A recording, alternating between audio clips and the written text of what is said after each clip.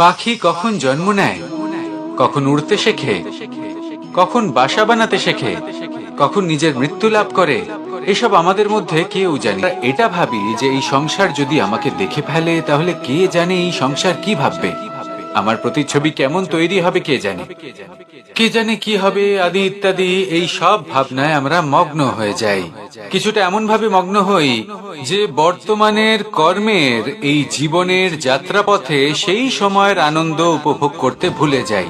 এবার দেখুন একটা পাখি কি করে, ওর কর্ম হলো গান গেয়ে চলা।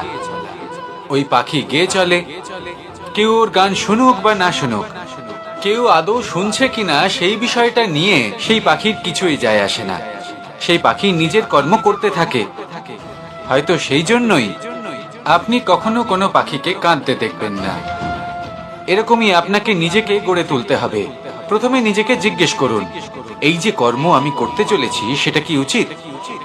যদি আপনার মনে হয় সেটা উচিত তাহলে সেটা প্রমাণ করুন। এটা ভাববেন না যে এই সংসার কি ভাববে। আসুন আর আমার সাথে ভালোবেসে বলুন, রাধা রাধা। এই পুকুর দেখছেন আপনি? বাচ্চা, বৃদ্ধ, যুবক, যাকেই আমি জিজ্ঞেস করব এটা কি, সবার উত্তর সেই একই হবে। উত্তর তখনই বদলাবে যখন প্রশ্ন এটা হবে যে আপনি এই পুকুরে কি করতে চান।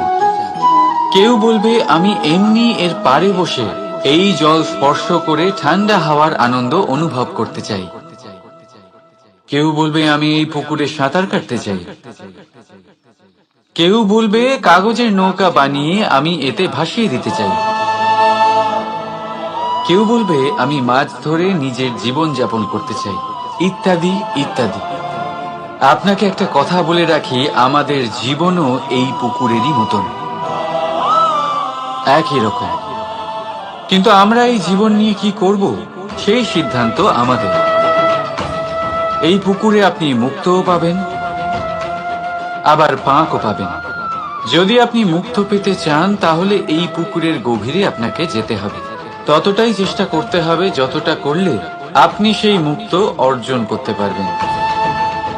না হলে শুধু পাঁকে হাত পড়বে। তাই যা আমি সর্বদা বলে থাকি, সিদ্ধান্ত আপনার। রাধা রাধা। এই সংসারের সব থেকে বড় সুখ কি? কেউ বলবেন নিজের লক্ষ্য প্রাপ্ত করা, কেউ বলবেন ধন উপার্জন করা, কেউ বলবেন নিদ্রাই সব থেকে বড় সুখ, কেউ বলবেন রাজ্য লাভ করা, আবার কেউ বলবেন মাতার হাত থেকে খাবার। অবশ্যই সহ্য করতে হবে, এটাই হলো প্রকৃতির নিয়ম। এই নিয়ম কিন্তু আমরা সবাই জানি, কিন্তু আমাদের মধ্যে বেশিরভাগ মানুষ এই বিভ্রান্তি নিয়ে বাঁচি যে এই যে প্রকৃতির নিয়ম তা আমার উপর প্রযোজ্য নয়। তা কিন্তু নয়। আমাদের চতুর্দিকে এই যে নিসর্গ রয়েছে, আমরা তার কতটা ক্ষতি করি সেটা একবার ভেবে দেখুন। আমরা বনাঞ্চল জ্বালিয়ে দিই, বায়ু দূষিত করি, জল দূষিত করি, প্রাণীদের হত্যা আমরা করি। কেন? এই নিসর্গ আমরা নষ্ট করি, যদিও আমরা জানি যে আমরাও হলাম এই নিসর্গেরই অংশ। এবার দেখুন, শরীরের কোনো অংশে যদি আগুন ধরান, আস্তে আস্তে সমস্ত শরীরও জ্বলে যাবে। সেইভাবেই নিসর্গ যদি নষ্ট হয়ে যায় তাহলে মনুষ্য জাতিও নষ্ট হয়ে যাবে। তাই এই যে নিসর্গ আপনি দেখছেন, এই পুষ্প, এই বৃক্ষ, বায়ু, জল, এদের সকলকে রক্ষা করুন, নষ্ট নয়।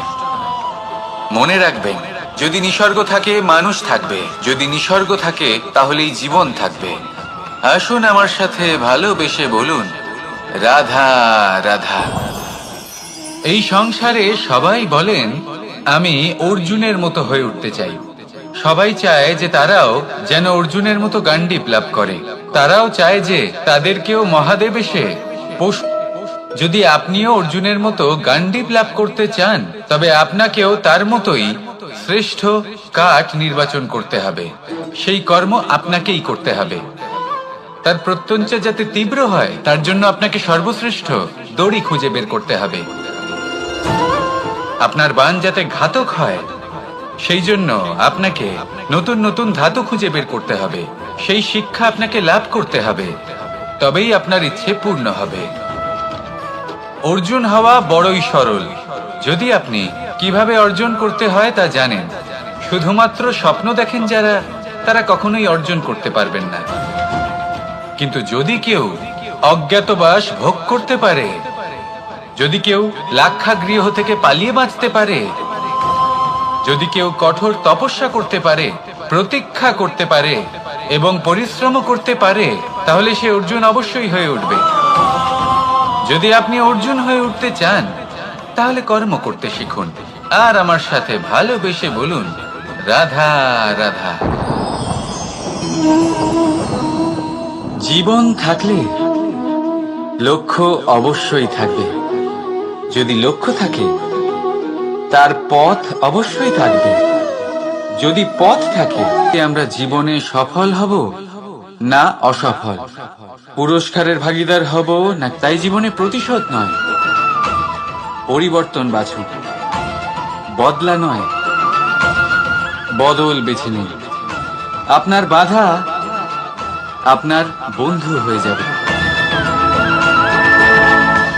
রাধা রাধা। সমস্ত মানুষের জীবন কিছুটা সমান হয়।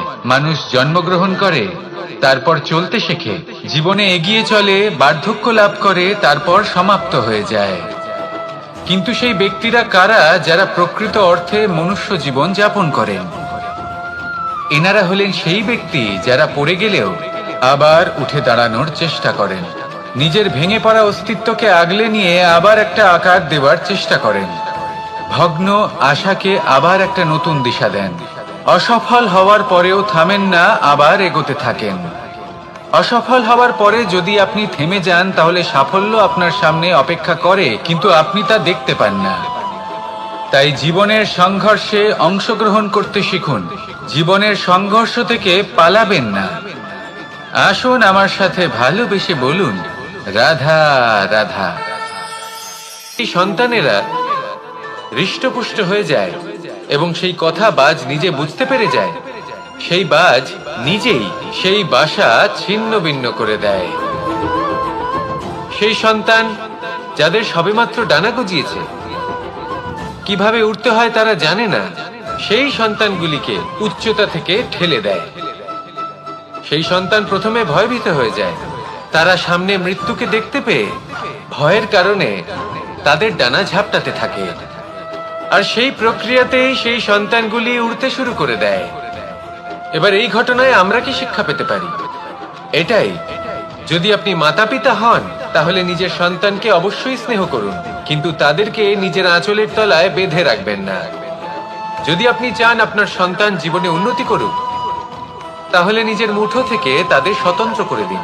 এই সংসারে সংঘর্ষ করতে দিন। সেই সন্তান নিজেই বুঝতে পারবে যে জন্মের সময় পাওয়া ডানা কি করে ব্যবহার করতে হয়। আর আপনার চোখের সামনে আপনার সন্তান এই আকাশে উড়তে থাকবে। তাহলে আসুন আমার সাথে ভালোবেসে বলুন, রাধা রাধা। সংসারে সবচেয়ে পবিত্র মানা হয় গঙ্গা জলকে। কখনো ভেবে দেখেছেন কেন? কারণ গঙ্গা জলের আবির্ভাব অত্যন্ত শুদ্ধ হয়, তার জন্ম শুদ্ধ হয়, যেখান থেকে তার শুরু সেটাই শুদ্ধ হয়। আর শুরুটা শুদ্ধ হওয়া অত্যন্ত আবশ্যক। আমাদের জীবনে সবই শুরু হয় আমাদের ভাবনা থেকে। নিজের ভাবনাকে শুদ্ধ রাখুন, কারণ এই ভাবনা থেকেই আবির্ভাব হয় শব্দের। আপনার শব্দ অনুসারে এই জীবনে নিজের ভাবনা শুভ রাখলে, শুদ্ধ করলে, আপনার মন সুপ্রসন্ন হয়ে বলবে, রাধা রাধা।